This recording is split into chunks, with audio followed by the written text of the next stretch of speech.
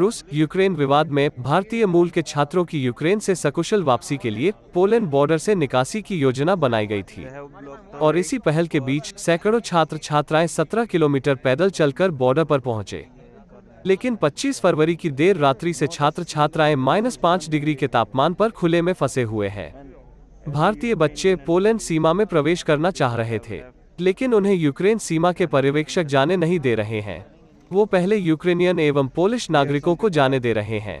गौरतलब है कि यूक्रेन में रहकर मेडिकल की पढ़ाई कर रहे भारतीय मूल के छात्रों की सकुशल वापसी के लिए भारतीय दूतावास प्रयासरत है। इन्हीं के निर्देशों पर टर्नोपिल यूनिवर्सिटी में अध्ययनरत छात्र छात्राएं देर शाम से पोलैंड बॉर्डर पर पहुंचना शुरू हो गए थे। यूक्रेन में देश भर के साथ मध्य प्रदेश के भोपाल, देवास, उज्जैन सहित झाबुआ के छात्र भी फंसे हुए हैं। वे शासन की मदद का इंतजार कर रहे हैं। इधर छात्र छात्राओं के परिजन भी बच्चों की सकुशल वापसी के लिए सरकार से तत्काल कदम उठाने की मांग के साथ प्रार्थना भी कर रहे हैं।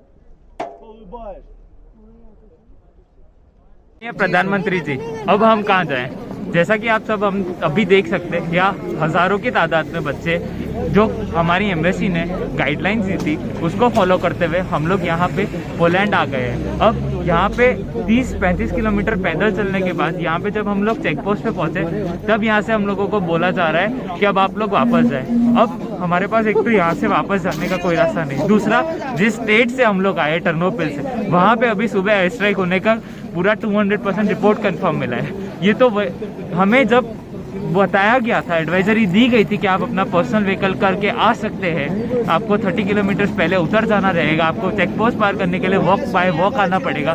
तो ये एडवाइजरी जब हमने फॉलो की, उसके बाद भी स्टिल अभी हमको यही बोला जा रहा है कि आप वापस चले जाइए। अब हमें ये समझ में नहीं आ रहा कि इतने सारे बच्चे किस तरीके से वापस जाएंगे और हम क्या करेंगे।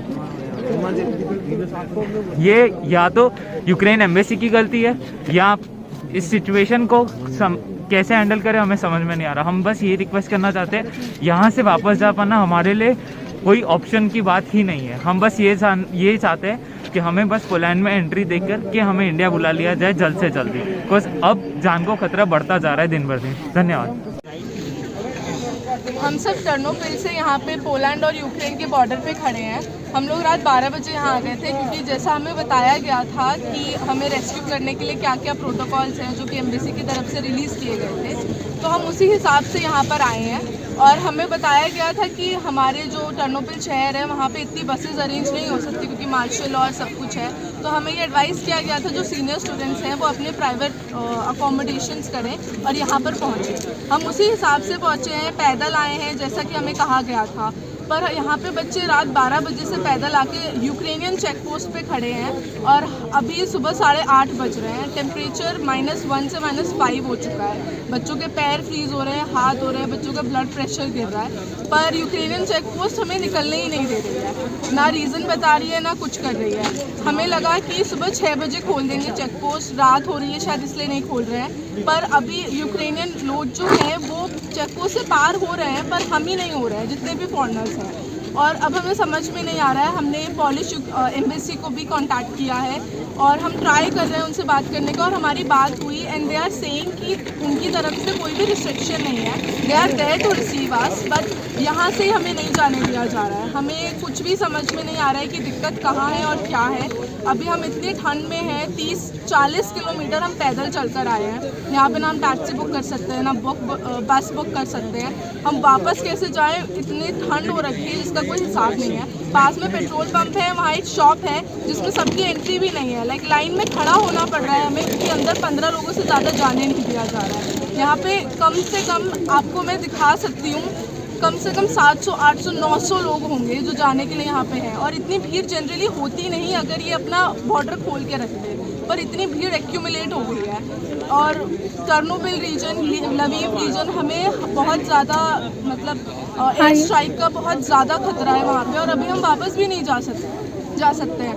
क्योंकि पावर प्लांट जो हमारा है लवीव में वो भी रशिया ने कैप्चर कर लिया है, लवीव में नहीं उसके पास वाले रीजन में। तो बहुत ज़्यादा खतरे से भरा है। अब हमें समझ में नहीं आ रहा हम किधर जाएं। मुझे समझ में नहीं आ रहा है क्या दिक्कत है। मेरी आपसे दरख्वास्त है कि आप प्लीज़ कुछ करिए, कुछ प्रेशर बनाइए। सेंट्रल मिनिस्ट्री को देखना चाहिए, पॉलिश एम्बेसी को कुछ जल्द से जल्द अपने ऑफिसर्स यहाँ भेजना चाहिए। जो भी इशू है उसे रिजॉल्व करने की ज़रूरत है, क्योंकि यहाँ पे बहुत ज़्यादा मुश्किल हो रहा है। मतलब ना बैठने की जगह है, कुछ नहीं है। बैग्स इतने भारी हैं, हम एक स्कूल बैग्स लेकर आए हैं, कुछ समझ में नहीं आ रहा है। बहुत ज़्यादा एडवर्स कंडीशन हो रखी है।